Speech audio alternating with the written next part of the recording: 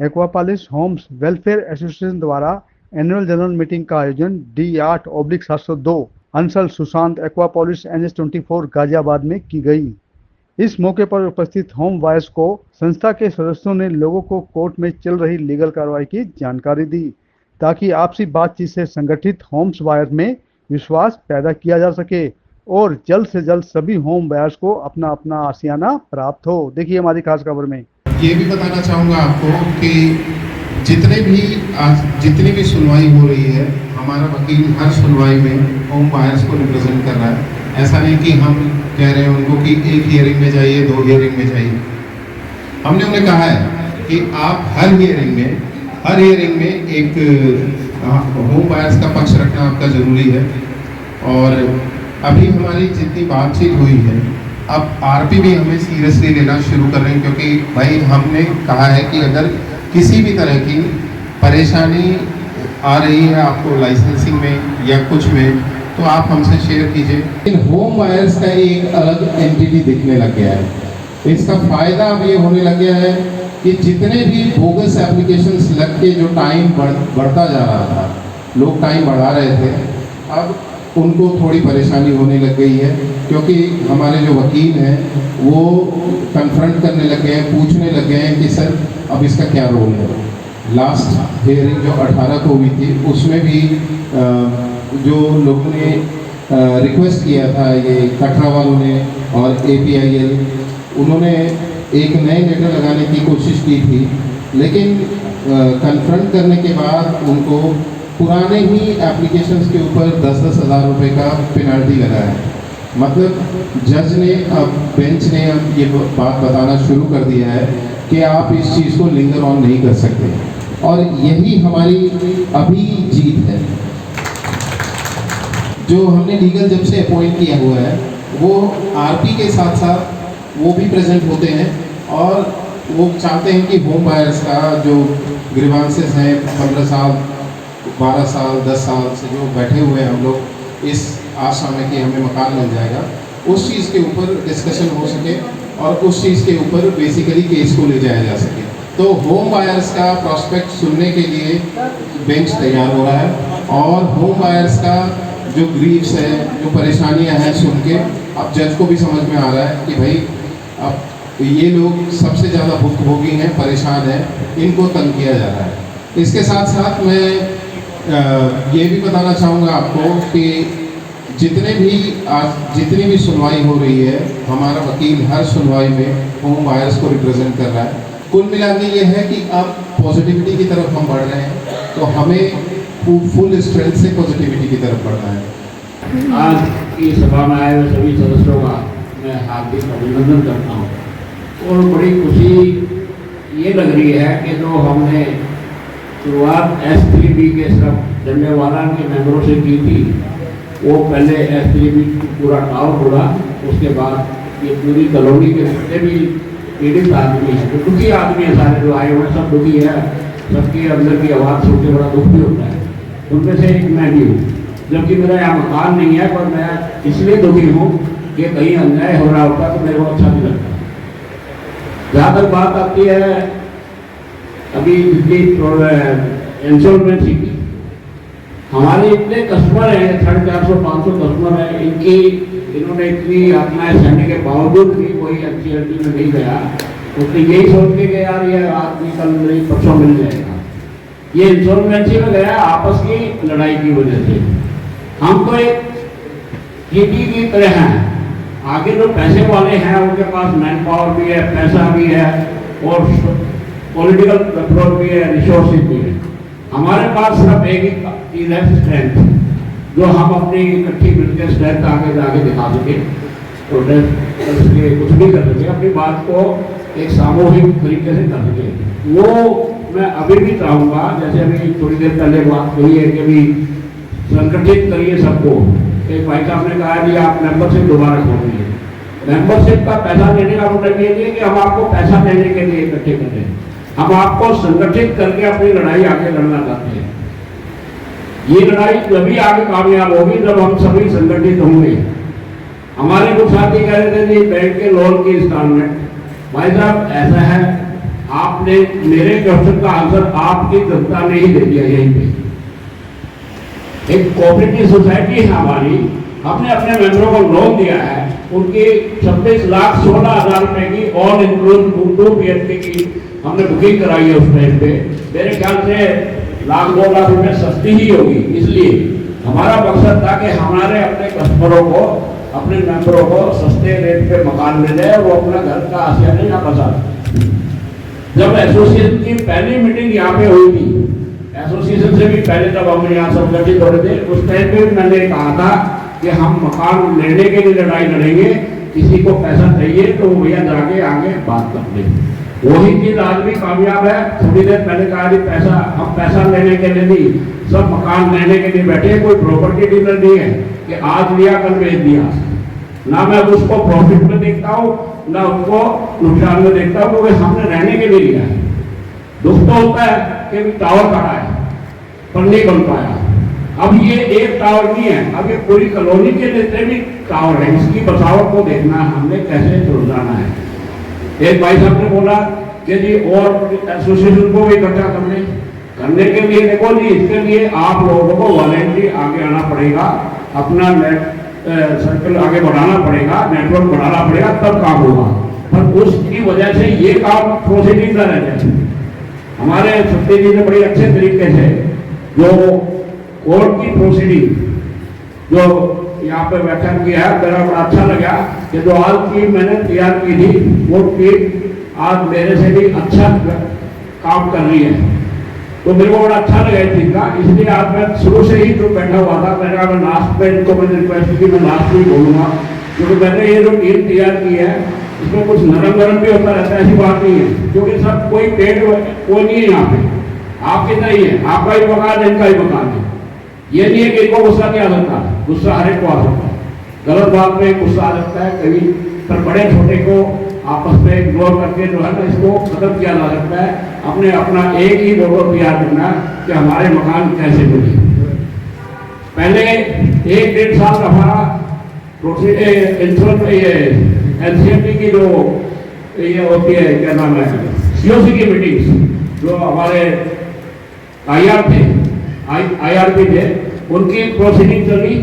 उसके बाद हमने हमारी पब्लिक की वजह से एक रेजोल्यूशन पास हुआ जो 1 सिटी इंफ्रास्ट्रक्चर के हक में। वो भी उस टाइम में भी बड़ी कंफ्यूजन थी। हम सबों के साथ ये दिक्कत भी है कि भी हम कुछ ऐसा ज़्यादा ध्यान नहीं दे पाते। 50-50 पेज की वो प्रोसीडिंग होती है, उसमें क्या करना है क्या नहीं करना। हमने उस टाइम पे विकी डे को बोला, मैंने ये तुम होम बायर को रिप्रेजेंट कर रहे हो, उसको नेट सेल में बताओ कि भी ये क्या, किस पे वोटिंग करनी, किस पे नहीं करनी। जब वहां से सही रेस्पॉन्स नहीं मिला और लास्ट में आगे, ये तो हमारी किस्मत अच्छी है कि एक रेजोल्यूशन पास होया, और उसके बाद तो आरपी और उसका जो हमारा रिप्रेजेंटेटिव है वो थोड़ा जो भी बैठ गए। अब कुछ कह रहे थे जी क्या नाम है, इसमें आपने वो लिखते क्यों नहीं, वो लिखे कहते। यही नौबत आ पड़ी कि हमने अपना वकील करना पड़ा, और वो वकील जो है अब हमारी हर प्रोसीडिंग का एक प्रिंट आउट सत्य जी को प्रोवाइड कराता है और इनको ब्रीफिंग करता है कि जी आज कोर्ट में डेट थी, आज ये चीज हुई है और ये। अब मैं सत्य जी से ये रिक्वेस्ट करूंगा कि नेक्स्ट आज की मीटिंग के बाद जो भी प्रोसीडिंग है, आज तक की जो प्रोसीडिंग है उसको नेट सेल में जो है ज्यादा से ज्यादा 50 लाइनों का वो बना के वो डालिए कि भी अभी तक जब से हमने वकील को ये दिया रेजोल्यूशन पास हो गए और ये आगे प्रगति हुई है, और आगे जो भी आएगा ऑर्डर आए तो कुछ भी उसको ऑर्डर के साथ 4 लाइनों में लगे, आज का ये डिसीजन इस मीटिंग का हुआ। और वो दिन जरूर नहीं है कि हम अपने अच्छे रास्ते पर चलने हैं, गड्ढा भरने में और गाँव भरने में टाइम लगता है। जैसे गड्ढा खोदा अपना आसानी से था, पर उसको भरने में बहुत टाइम लगेगा। तो यही कहूँगा कि सकारात्मक सोच रखिए।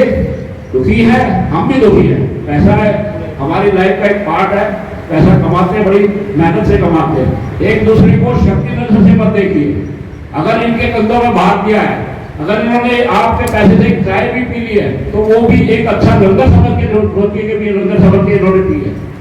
क्योंकि मैं ये चीज सेल कर रहा हूँ, जहाँ मैं बैठा हुआ हूँ वहां पे भी हमारे कुछ साथियों ने ऐसे ही शर्मा जी कर रहे हैं, शर्मा जी कर रहे भैया, शर्मा जी को फांसी दे दो। जो असली करप्ट आदमी है उसको कोई नहीं पकड़ेगा। वहां से वो 6-7 महीने की डेट आती रहेगी और आपस में ही जो हम इकट्ठे बैठ के चाय पीते थे वो हमारे अगेंस्ट आपस में एक दूसरे को पार्टी बना रहे, तीसरा भी बने थे। यही चीज इस प्रोजेक्ट में आगे ना हो पाए, इसलिए मैं आपको सचेत कर रहा हूँ और आज सब आए उसका बहुत बहुत धन्यवाद करता हूँ। बड़ा अच्छा लगा और आगे भी ऐसे जुड़ते रहे अपनी संगठित पावर को कायम। धन्यवाद सर। आपका सवाल?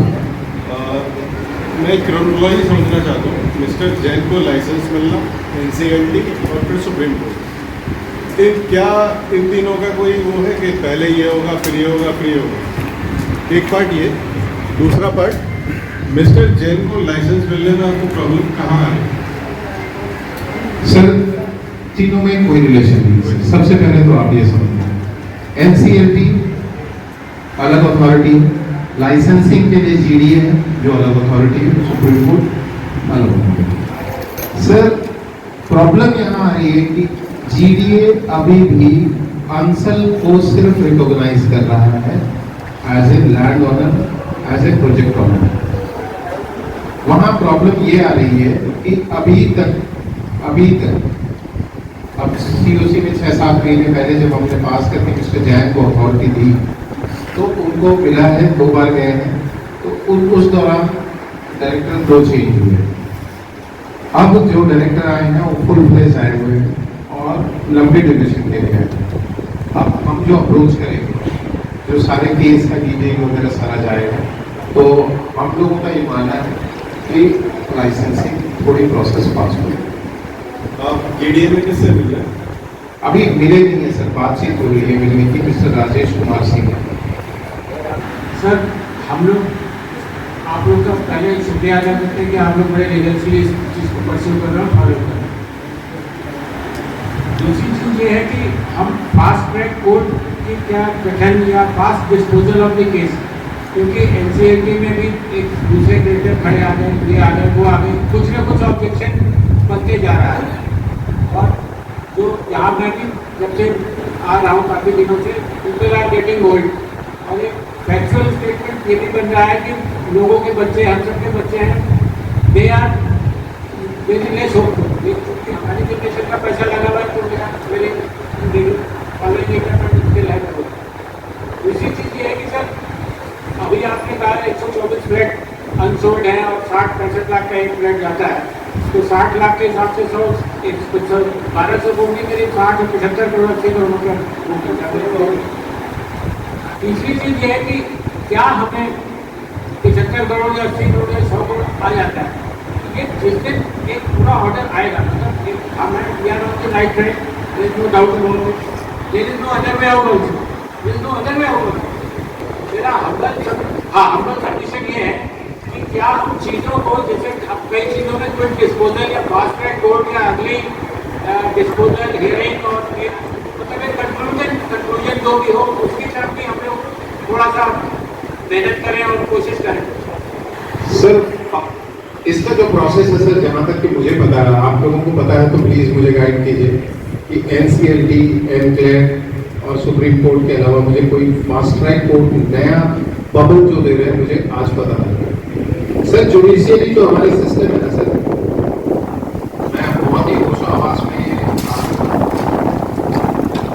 आपको ये मैं बयान दे दूँ कि जो हमारे जुडिशियरी सिस्टम है बड़ा ही क्लमज़ी है सर, आम आदमी के समझ के बाहर की बात आता हूँ। आप सोचिए ना, वो MBBS MD है मैडम डॉक्टर मनीषा जो वहाँ बैठे, वो कह रही है कि वहाँ लीगल स्टेटमेंट समझ में नहीं आते, स्टेटमेंट समझ में नहीं आते, कोर्ट समझना तो बड़ा मुश्किल काम है सर। ठीक है सर, कहाँ से हम कौन से कोर्ट में जाएं कि भाई वो फास्ट ट्रैक कोर्ट हो? ऐसा अगर कोई रास्ता है तो प्लीज एक पूरा ब्लूप्रिंट बना के दीजिए। मैं अपने लॉयर से बात करता हूँ सर, ऑन पेपर मुझे कुछ बना के दीजिए, मैं बात करूँगा सर। भाई आप आपको बता देते कि आपके बच्चे नहीं, आप खुद ही रहेंगे, तो मेरी कंडीशन तो रिवर्स हो गई है उनसे। वाइफ की डेथ हो गई एक लगभग 10 महीने पहले कैंसर से। मैंने ज्वाइंट नेम में लिया था और अब मैं अकेला हूँ। दैट इज ऑल्सो मुझको 77 ईयर्स क्रॉस कर चुका है। आई डाउट कि मैं खुद रह पाऊँगा। मैं कोशिश यही चाहता हूँ कि जिस तरीके से मतलब इसमें हम इस तरीके से आगे बढ़ सकते हैं, जिससे कि कम से कम शायद एक आध बार गृह प्रवेश कर लूँ, संभव है सर?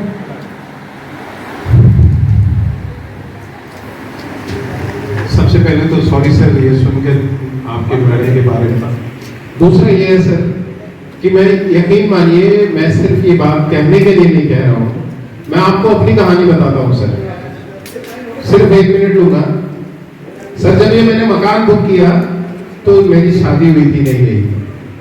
मैंने अपना पिछली कंपनी में उस समय जॉब करता था, जितने पैसे मिले थे वाइफ और हमने डिसाइड किया कि हम घूमने फिरने का प्लान कैंसिल करते हैं, मकान दे देते हैं। और सर वाइफ के पैसे, अपने पैसे, अपने सपने, उसके सपने सारा मिला के मकान दिया। आज मेरे 2 बच्चे हैं, 2 बेटियां हैं मेरी। जब मैं आता हूं तो वो पूछती है कि ये कौन सा मीटिंग होता है, इतनी बड़ी हो गई है कि वो पूछ सकती है। तो आप समझिए सर कि पेन एक जैसा है, पेन दोनों का एक जैसा है। व्यक्ति जवानी में सोचता है कि घूमेगा फिरेगा, इस दुनिया देखेगा, संसार को जानेगा। उस समय के पैसे मैंने लगाए हैं सर। मैंने रिटायरमेंट के पैसे दिए। हाँ, आपने भी जवानी के पैसे लगाए, मैं मानता हूँ इस बात को। तो हम दोनों का दर्द एक जैसा है, लेकिन यही मैं आपको विश्वास दिलाना चाहता हूँ कि सर गृह प्रवेश आप करेंगे। अभी जो हो चुका है उसको हम बदल नहीं सकते, लेकिन क्या करना है इसको हम अपने खुद लिखेंगे सर, और इसके लिए हम आगे बढ़ गए हैं। आप लोग की मौजूदगी मुझे ये पावर दे रही है, बूस्ट कर रही है, एनर्जी दे रही है और कॉन्फिडेंस दे रही है। जैसे अभी सवाल भी इन लोगों के आए कि पॉसिबल है लाइसेंस मिलना, यहाँ केस चल रहा, बिल्कुल प्रैक्टिकल क्वेश्चन है, पॉसिबल नहीं, लेकिन जान पहचान बढ़ा के, पेपर दे के, रास्ते खोलना तो आसान जरूरी है ना सर, कि कल को वहां कोर्ट से हो गया सर तो लाइसेंस के लिए मैं आगे बढ़ पाऊं। तो मैं आपको विश्वास दिलाता हूं सर कि आप गृह प्रवेश अवश्य करेंगे। मेरा सवाल ये है कि जैसे अभी आपने सवाल के जवाब में बताया कि लाइसेंस हमें मिल जाएगा DGA से, आप प्रयास भी कर रहे हैं या कर रहे होंगे। तो एक तो ये कि जब ये मामला चल रहा है, सब ड्यूटीज है और पूरी संभावना है, आपको भी लग रहा है सुप्रीम कोर्ट में जाएगा, तो क्या ऐसे में आपको लगता है लाइसेंस मिल जाएगा या मिल भी गया तो क्या इस जो मैटर कोर्ट के अधीन है उसमें निर्माण काम चलता रहेगा, फिर दोबारा ना अंसल तो बाहर डाल देगा कि इसको मैटर इसमें नहीं केस लगे, तो क्या चांस है कि केस भी चलता रहे कोर्ट में और काम कंस्ट्रक्शन चालू हो जाए? सर आपका सवाल ये है कि क्या ये पॉसिबल है कि कोर्ट में मैटर भी चलता रहे और काम भी होता रहे, यही सवाल है बेसिकली।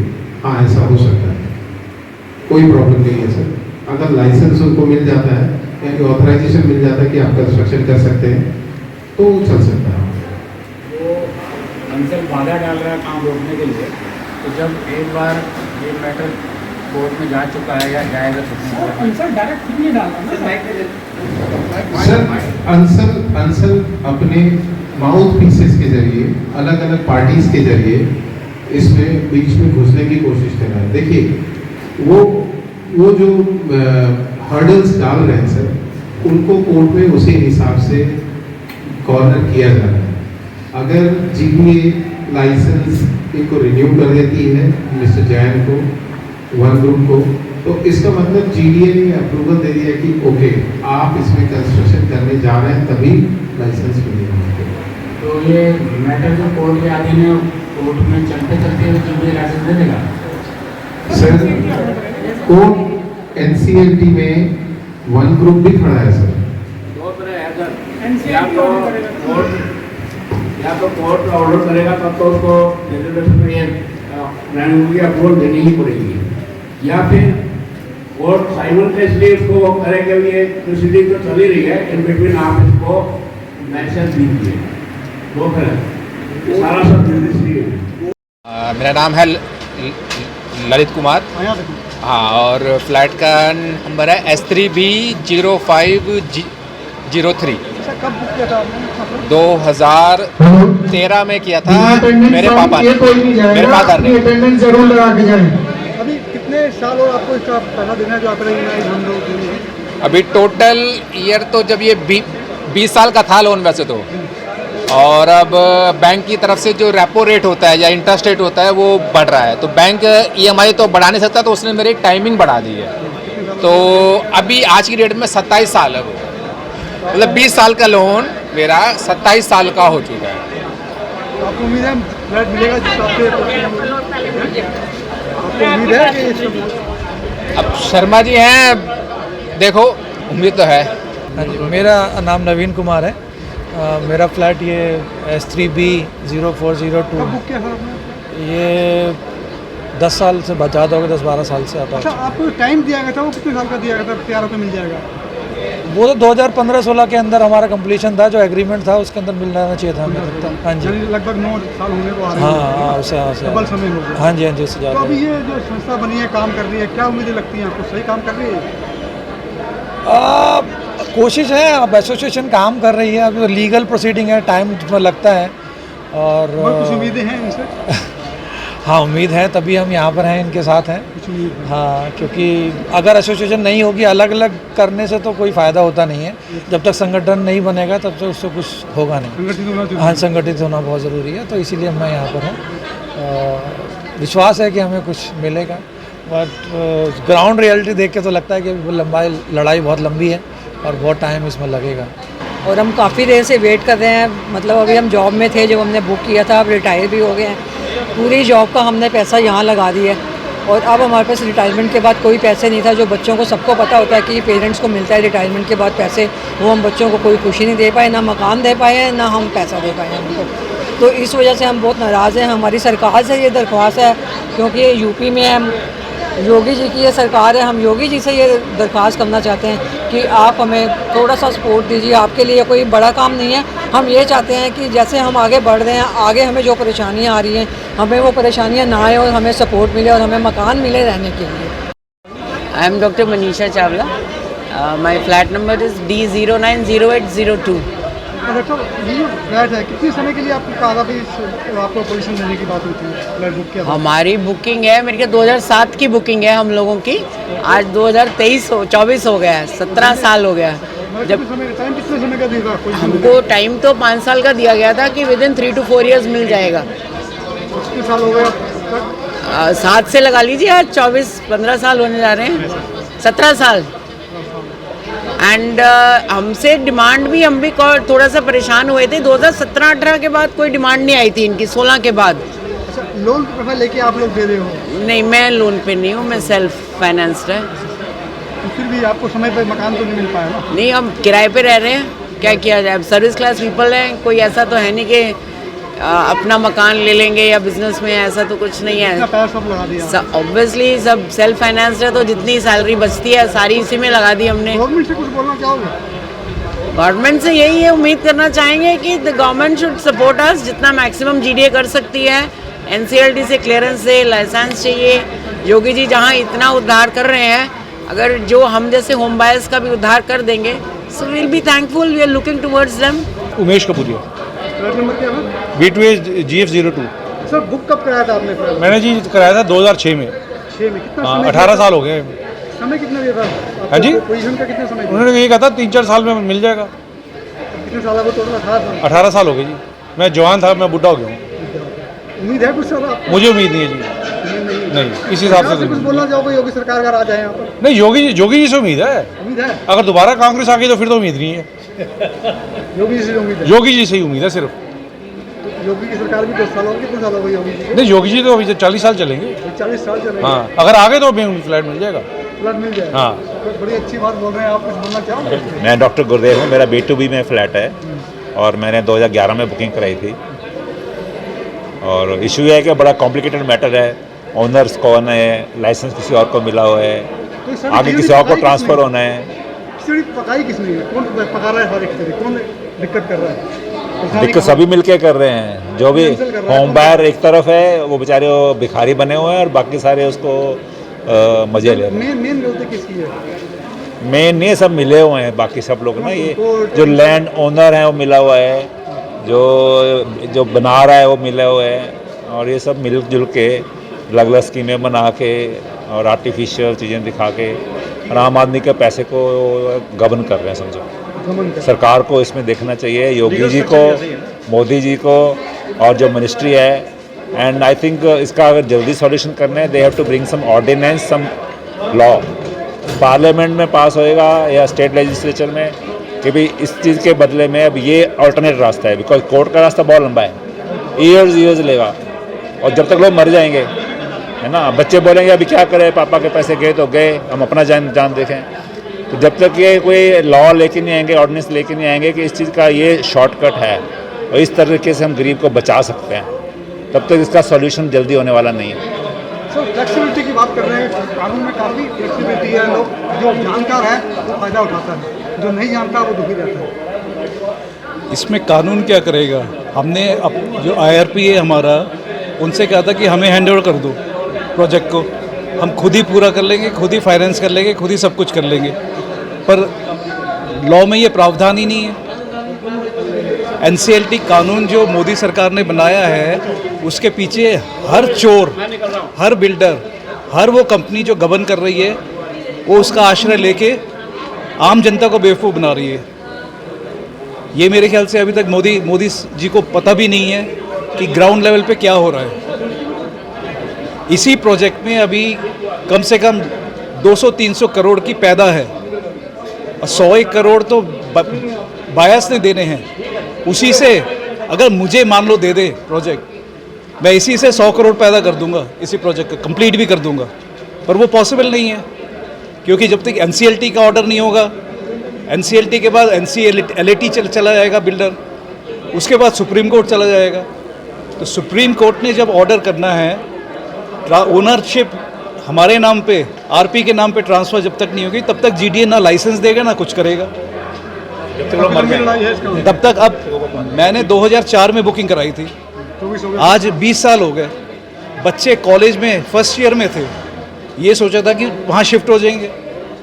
अब बच्चे भी बड़े हो गए, शादियाँ भी हो गई, उनके पोते हो गए, मेरी पोती 12 साल की हो गई है। हम दोनों बुढ़ी अब रह रहे हैं, उन्हें कोई मतलब नहीं बच्चों को।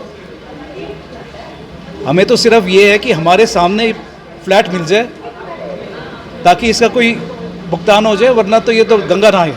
सर हमने लोगों से बात करी यहाँ पर। जी सर। लोगों को विश्वास तो है कि भाई कहीं ना कहीं भुगतान मिलेगा, मगर लड़ाई काफ़ी लंबी है, लोग जल्दी चाह रहे हैं, 20 साल हो गए लोगों को। देखिए सर, लड़ाई लंबी इसलिए हो रही है सर क्योंकि हमने लड़ाई थोड़ी देर से शुरू की है सर। वैसे तो लड़ाई शुरू हो जानी चाहिए थी उसी दिन से जिस दिन ये इंसॉल्वेंसी में प्रोजेक्ट आया था, लेकिन हमको इकट्ठा होते होते टाइम लगा। उसके बाद लड़ाई किसी एक दिशा में जा रही थी, जो दिशा गलत थी, हमें दिशा सुधारनी पड़ी और अब धीरे धीरे जाके हम पूरे ट्रैक पे आए हैं सर। लेकिन अब हमें ये पता है कि हमें कहाँ जाना है, रास्ता हमने चूज़ कर लिया है, अपना वकील कर लिया है, हमें एक एक कोर्ट की हेयरिंग का पता है, हमें पता है कि इस हेयरिंग के बाद हमें और क्या मिलने वाला है। तो जितने भी एप्लीकेशंस थे जो कि टाइम एक्सटेंड करने के लिए लगाए हुए थे, धीरे धीरे उनको मार पड़ रही है, उनके ऊपर पेनाल्टी लगाया जा रहा है। अभी सर 18 तारीख वाले हियरिंग में 2 एप्लीकेशंस को उन्होंने रिजेक्ट किया और 10-10 हज़ार की पेनाल्टी लगाई। ये सिंबॉलिकली वो बेंच बताने की कोशिश कर रही है कि आप होम बायर्स को परेशान कर रहे हैं। तो सर मेरा सिर्फ ये कहना है कि अब मंजिल दूर नहीं है, अब थक कर नहीं बैठना है और near future within 4 to 5 months मुझे इंडियन जुडिशरी पर भरोसा और NCLT पर भरोसा है। मुझे लगता है कि जज साहिबान जो इस केस को सुन रहे हैं, जो बेंच सुन रही है, वो होम बायर्स के प्रॉब्लम्स को समझेगी।